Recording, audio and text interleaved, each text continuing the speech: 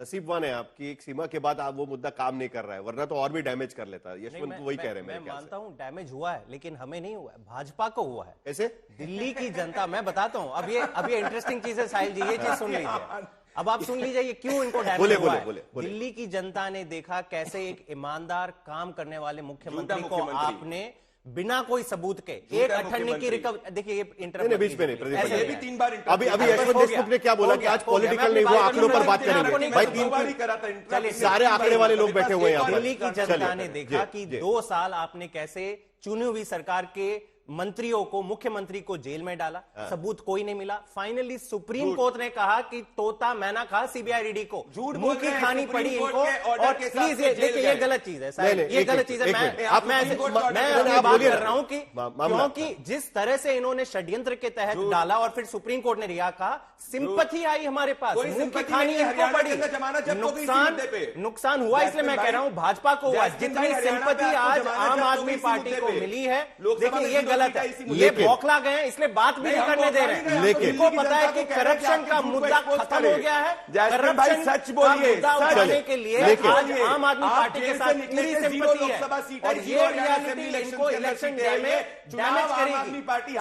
दिल्ली की जनता जानती है कि केवल और केवल काम करने वाला अगर कोई राजनेता है, कोई पार्टी, वो आम आदमी पार्टी है। प्रदीप भंडारी करने वाली पार्टी को, प्रदीप भंडारी, इनके लीडर प्रदीप भंडारी, आपने यशवंत देशमुख को सुना, उन्होंने क्या कहा कि ठीक है भाई पॉपुलैरिटी कम हो गई है, लेकिन आज की स्थिति में भी 48% लोग कहते हैं कि अरविंद केजरीवाल को ही मुख्यमंत्री बनना चाहिए करके।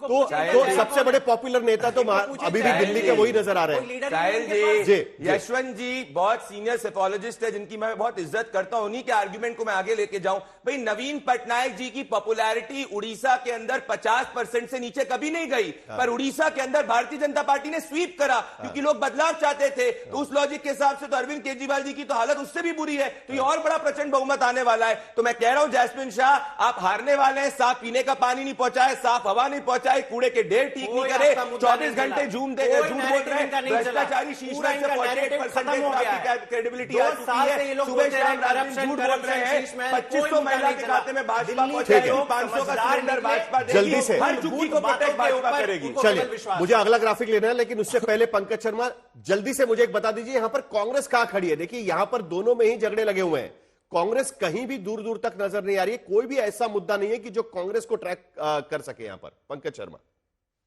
देखिए कांग्रेस दिल्ली में पहले से तो बहुत बेहतर स्थिति में है। आप एक बात का ध्यान रखिए कि विधानसभा चुनावों के वक्त भारतीय जनता पार्टी का जो वोट है वो दिल्ली में 35-37% के बीच रहता है। इस बार ये प्रतिशत बनाए रखने में उसको काफी मशक्कत करनी पड़ रही है। आम आदमी पार्टी को भी 6 महीने पहले लोकसभा के चुनाव में दिल्ली में 24% वोट मिला था। तो इस वोट में वो कितनी बढ़ोतरी कर लेगी? तो इन दोनों से जो हताशा है उससे निश्चित ही कांग्रेस को फायदा मिल रहा है, और कांग्रेस का वोट प्रतिशत इस बार काफी बढ़ने वाला है। लेकिन क्या वो इतना बढ़ेगा कि जिसके वजह से आम आदमी पार्टी को नुकसान हो सकता है क्या? लेकिन एक मुद्दा जो सी वोटर के ट्रैकर में हमने देखा था वो बड़ा इंटरेस्टिंग है कि भाई आपका विधायक जो है वो कितना पॉपुलर है। क्या आपके विधायक से दिल्ली में विधायक के काम से, एमएलए के काम से दिल्ली के लोग कितने संतुष्ट है? यह जब पूछा गया तब 1 फरवरी को कह रहे हैं कि 41.8% लोग कहते हैं कि भाई हम खुश हैं, दोबारा चुनेंगे। उसके बाद मैं खुश नहीं हूं अपने विधायक से, 10% लोग कह रहे हैं करीब करीब, और नहीं चुनेगा वो भी कहा जा रहा है। मैं नाराज हूं, कोई और जीत सकता है, ये कह रहे हैं 31.3% लोग। और आखिर में मैं नाराज भी नहीं हूं लेकिन वही जीते, मैं नाराज हूं लेकिन वही जीत जाए, 3.2% लोग कह रहे हैं। यानी कुल मिलाकर हम देख सकते हैं कि विधायक के खिलाफ, जो मौजूदा विधायक है उनके खिलाफ कोई ज्यादा एंटी इनकम्बेंसी यहां पर नजर नहीं आ रही है। क्या कहेंगे आप प्रदीप भंडारी? देखिए क्योंकि क्या है, आम आदमी पार्टी के 63 विधायक है, उन्होंने कई विधायकों के टिकट काट दिए, उनमें से कुछ लोगों को आपने अपने पास ले लिया है, लेकिन अभी उनका कुछ फायदा तो है नहीं क्योंकि चुनाव मैदान में तो आप उनको उतार नहीं सकते। तो ये एंटी इनकम्बेंसी विधायकों के खिलाफ कुछ ज्यादा नजर नहीं आ रही। आप आंकड़े समझते हैं, ये यशवंत देशमुख ने खुद ही कहा हुआ है। इसके लिए आपसे सवाल है, क्या ये आपके खिलाफ जाएगा? उसके बाद मुझे यशवंत देशमुख से भी सवाल पूछना, लेकिन जल्दी से प्रदीप भंडारी आपका रिएक्शन। इसका जवाब देना चाहता हूं। पॉइंट नंबर 1, अरविंद केजरीवाल चुनाव हार रहे हैं, मनीष सिसोदिया चुनाव हार रहे हैं, आतिशी जी चुनाव हारी है। अरविंद केजरीवाल की अगर मैसिव इनकम्बेंसी होती और विधायकों पे अगर मान लीजिए एंटी इनकम्बेंसी नहीं होती तो मनीष सिसोदिया अपनी सीट को जहां पे 3207 वोट से जीते थे क्यों छोड़कर भागे, और जहां जंगपुरा से भी हारने वाले हैं क्यों? क्योंकि उनको पता है कि अरविंद केजरीवाल के नाम पे वो पटपरगंज में 1500 वोट भी नहीं ला सकते। सीमापुरी की सीट जो 50,000 वोट से आम आदमी पार्टी जीती थी वो भी विधायक छोड़ के जा चुका है। Point number 1। पॉइंट नंबर 2, अगर इसको भी मैं टैब्यूलेट करूंगा तो 41.7% लोग विधायक को बदलना चाहते हैं। तो जो विधायक से खुश है वो 41.3% है, जो विधायक को बदलना चाहते हैं सेकंड और थर्ड को आप ऐड करेंगे 41.7% है। ये वापस से दर्शाता है कि विधायक के संबंध में भी कोई प्रो इनकम्बेंसी नहीं है। अगर प्रो इनकम्बेंसी होती तो 50% से ज्यादा लोग जो विधायक के प्रति खुश होते हैं।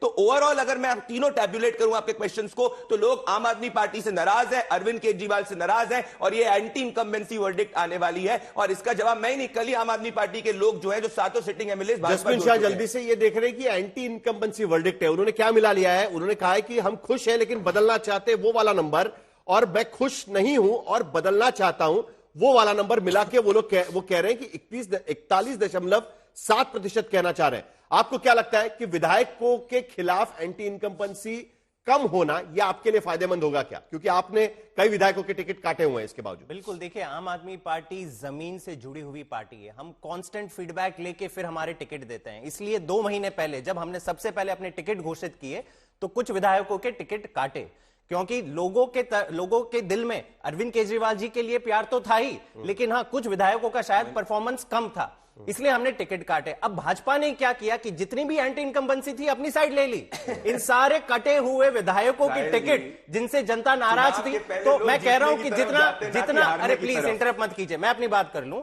जितनी भी एंटी इनकम्बेंसी आम आदमी पार्टी के तरफ थी वो सारा डैमेज इन्होंने अपने पाले में ले लिया और ये भी वापस इनको डैमेज करेगा, ये भी मान लीजिए। संजय कुमार जी ने कहा कि मनीष सिसोदिया जी ने टिकट नहीं काटे, टिकट बदलना पड़ा। आपने कहा कि मनीष जी लॉजिक से बात कीजिए, ऐसी गैर जिम्मेदाराना बात करेंगे क्या होता तो आप जीत जल्दी जाते से वहां पे। क्यों शिफ्ट की मनीष जी? जल्दी से मुझे एक्स फैक्टर पर भी आना है, क्योंकि ये एक्स फैक्टर डिसाइड करेगा जो सी वोटर के ट्रैकर में आया हुआ है कि चुनाव के नतीजे किस तरफ जा सकते हैं। लेकिन जल्दी से संजय कुमार, महाराष्ट्र के चुनाव में भी तमाम एग्जिट पोल जो दिखा रहे थे या ओपिनियन पोल दिखा रहे थे कि जो एग्जिस्टिंग एमएलए हैं उनके खिलाफ कोई ज्यादा एंटी इनकम्बेंसी नहीं थी, जिसका फायदा महायुति सरकार को हुआ, क्योंकि महायुति के पास ज्यादातर जो विधायक है जो उनके साथ में थे।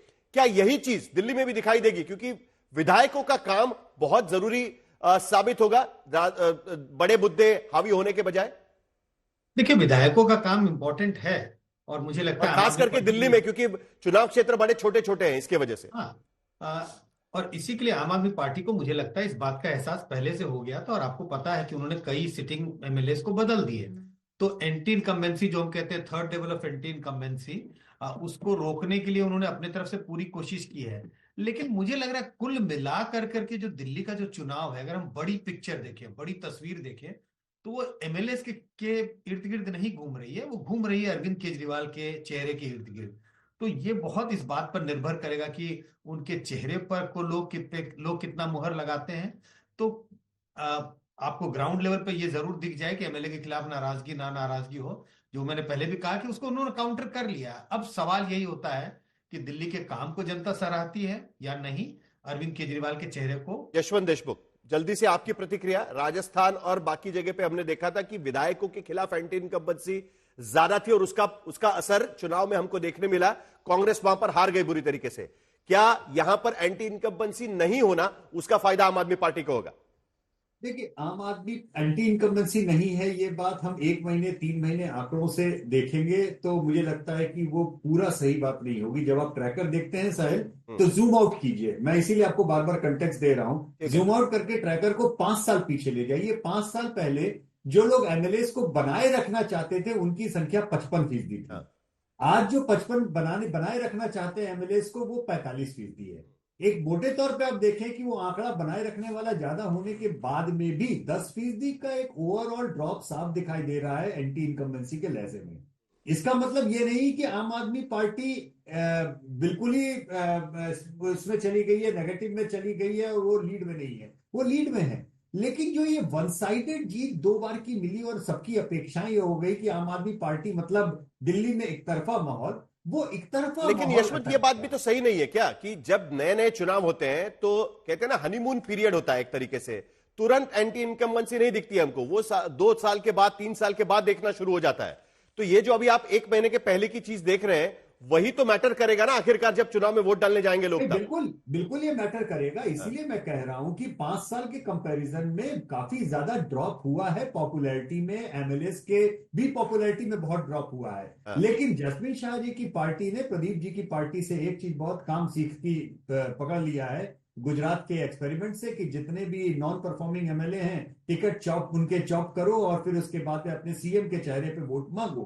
तो मुझे लगता है कि ये एक स्ट्रैटेजी हो गई है माइक्रो लेवल की एंटी इनकम्बेंसी से निपटने के लिए। तो उसका कितना उनको फायदा मिलेगा ये तो हमको 8 तारीख को ही समझ में आएगा। हाँ, तो मतलब नॉन परफॉर्मिंग एसेट्स को आप निकाल दो और अपनी बैलेंस शीट ठीक कर दो, यही तो होता है ना बैंकिंग के क्षेत्र में। जसमीन शाह यही सीखे है ना बेसिकली। देखिए भाजपा जानती है क्योंकि नॉन परफॉर्मिंग एसेट 15 लाख माफ करने वाली 15 लाख करोड़ माफ करने वाली भाजपा की सरकार है।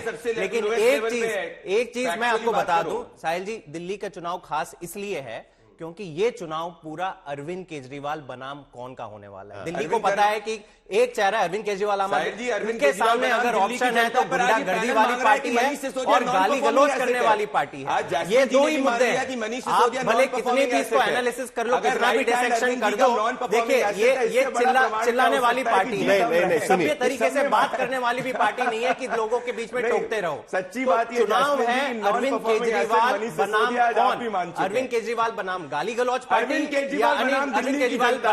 केजरीवाल बनाम गुंडागर्दी वाली पानी नहीं देना, अरविंद केजरीवाल बनाम साफ हवा नहीं देना। चलिए, लेकिन एक सवाल तो उठता है ना यहाँ पर प्रदीप भंडारी की। देखिए वो जो सब यशवंत देशमुख भी वही बात कहने की कोशिश कर रहे थे कि 5 साल का हम जूम आउट करके अगर हम देखें तो अरविंद केजरीवाल जो पहले जिनकी क्या अप्रूवल रेटिंग हम कह सकते हैं कि जो बहुत ज्यादा थी, वो घटकर हम लोग देख सकते हैं कि 48% तक नीचे आ गई है। लेकिन उसके बावजूद आपके पास कोई ऐसा नेता नहीं है बीजेपी के पास में कि जो कहे कि भाई हम लोग रेस में हैं, इसके नाम पर वोट दे दीजिएगा करके, या केंद्र सरकार के नाम पर वोट मांगेंगे कि एलजी चला ले। मतलब साहिल जी डेटा वाइज अगर आप देखेंगे, अरे परवेश शर्मा जीत रहे, अरविंद केजरीवाल हार रहे, टेंशन मत लीजिए आप जाके। पॉइंट नंबर, महाराष्ट्र में जब हमने पहली बार सरकार बनाई एंटी इनकम्बेंसी का माहौल था, हमने चीफ मिनिस्टर उम्मीदवार नहीं डिक्लेयर किया, हम जीते। हरियाणा में जब हमने पहली बार सरकार बनाई कोई और उम्मीदवार दिखा के दूसरा बना, नहीं हरियाणा ठीक है, वो आपके अंदर सोर्सेस कहे, हरियाणा के अंदर जो है कोई ऑफिशियली हमने चीफ मिनिस्टर फर्स्ट टाइम नहीं डिक्लेयर किया था, एंटी इनकम्बेंसी का माहौल था, हम जीते। उड़ीसा के अंदर भी एंटी इनकम्बेंसी का माहौल था, हमने किसी को ऑफिशियली नहीं डिक्लेयर किया, हम जीते। ये भी सर्वे ये दर्शा रहा है मोमेंटम बीजेपी के पक्ष में, ओवरऑल एंटी इनकम्बेंसी। बड़ी साहिल जी 5 साल पहले जूम आउट करके देखिए, केजरीवाल फैक्टर करके होता था दिल्ली इलेक्शन के अंदर, अब वो कोई केजरीवाल फैक्टर नहीं, क्योंकि केजरीवाल फैक्टर मतलब शीश महल। यशवंत आप इससे इत्तेफाक रखते हैं क्या? देख रहे हो, लग रहा है यशवंत आप हार रहे हो, जसवंत भाई चश्मे थोड़े साफ कर लीजिए, आ रही है, चश्मे साफ कर लीजिए, थोड़े आंकड़े एक मिनट यशवंत देशमुख, आप इससे इत्तेफाक रखते हैं क्या कि भाई अरविंद केजरीवाल फैक्टर के नाम पर चुनाव जीता था, अभी वो कोई फैक्टर नहीं है करके प्रदीप भंडारी कह रहे हैं? देखिए,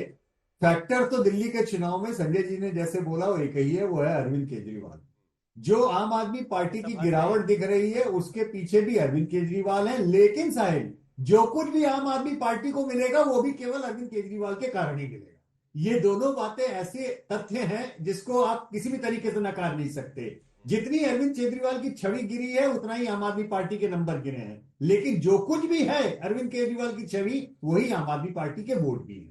इसलिए ये मामला वैसा ही है जिसे आप कह सकते हैं कि मुद्दा केवल अरविंद केजरीवाल है। पार्टी आम आदमी पार्टी भले ही है, लेकिन जो उनके फैन है वो उनके फैन है, जो उनसे मोहभंग करके दूसरी तरफ जा रहे हैं उनका मोहभंग है, और लड़ाई बाइपोलर हो रही है। नहीं, लेकिन दूसरी बात पंकज शर्मा तो यह भी है ना कि जैसे कई जगह पर भारतीय जनता पार्टी ने कोई चीफ मिनिस्टर कैंडिडेट दिया ही नहीं, राजस्थान में नहीं दिया, मध्य प्रदेश में किसी और को दिखाया, दूसरे को बना दिया, वो सब बात ठीक है, छत्तीसगढ़ में नहीं दिया किसी को, लेकिन फिर भी चुनाव तो जीत गए ना।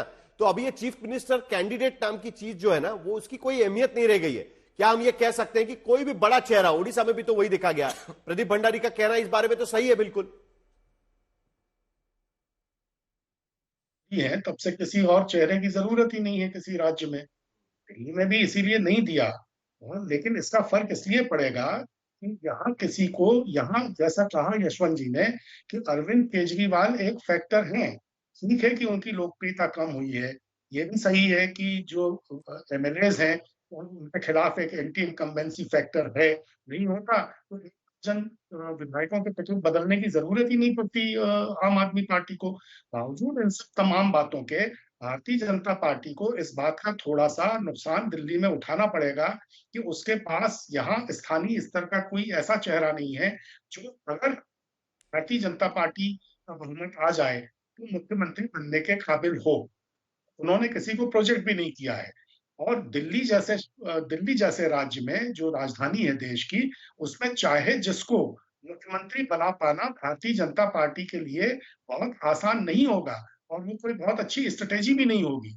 आप उत्तराखंड में, आप गुजरात में, आप हरियाणा में वैसे बिल्कुल ही नॉन एंटिटीज को एकदम सामने लाकर मुख्यमंत्री शायद बना सकते हैं, लेकिन दिल्ली में वो उतना संभव नहीं होगा। अगर ऐसा हुआ, वैसे तो भारतीय जनता पार्टी की सरकार बनने के आसार ज्यादा नहीं है, लेकिन अगर बनी और ऐसा हुआ तो भारतीय जनता पार्टी की रणनीतिक भूल होगी।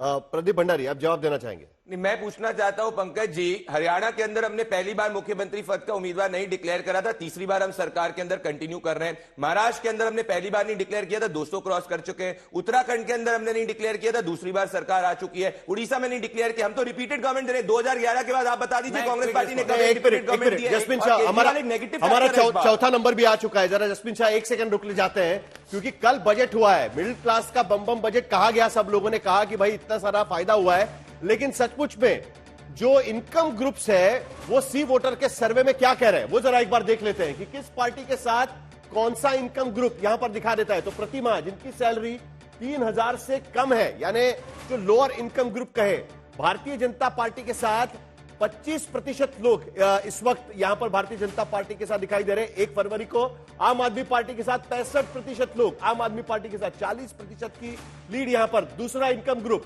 अगर हम यहां पर देख ले 3000 से 6000, एक बार फिर लोअर इनकम ग्रुप यहां पर हम देख रहे हैं 29% भारतीय जनता पार्टी के साथ और 63% आम आदमी पार्टी के साथ। गैप 34% का है। जैसे जैसे इनकम बढ़ता जाता है गैप कम हो जा रही है।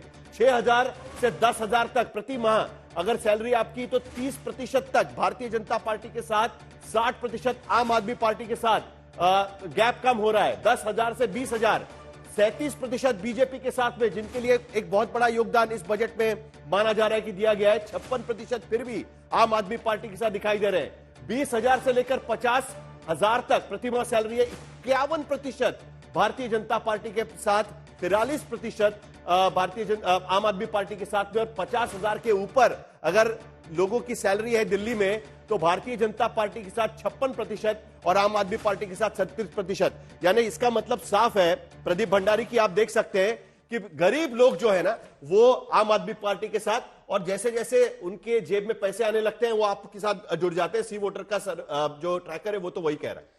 तो इसके हिसाब से 70% लोग दिल्ली के अंदर टैक्स ब्रैकेट में आते थे, टैक्स पेइंग। वो मेजॉरिटी तबका हमारे साथ आ चुका है, क्योंकि 12 लाख से कम जो है वो मेजॉरिटी दिल्ली के अंदर। मेरे पास समय खत्म हो गया, 20 सेकंड में 20 सेकंड में जसमीन शाह वाला पहले 10% था। देखिए, ये साफ दिखाई दे रहा है कि देश का अधिकतर जो आबादी है वो 20 या 25,000 से कम कमाता है, और दिल्ली में भी वो आबादी 90 नहीं 80% होगा। वो सारे लोग आज भी आम आदमी पार्टी को सफेद कर रहे हैं। ठीक है, चलिए मेरे साथ समय पूरी तरीके से खत्म हो चुका है।